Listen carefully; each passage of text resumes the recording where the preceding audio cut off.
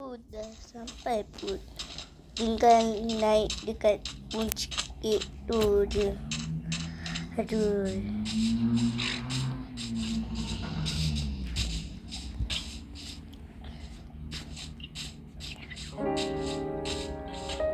Kesiannya Iron Golem ni.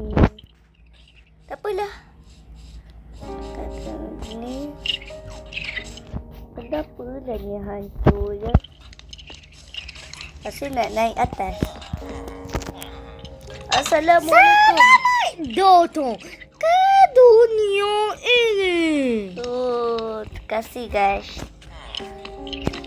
Rasa nak rehat dululah. Saya nak beli sesuatu ya. Boleh. Awak nak beli apa? Saya ada jual pelbagai benda. Bang. Nak beli. Tapi sebenarnya saya taklah kerja. Alamak.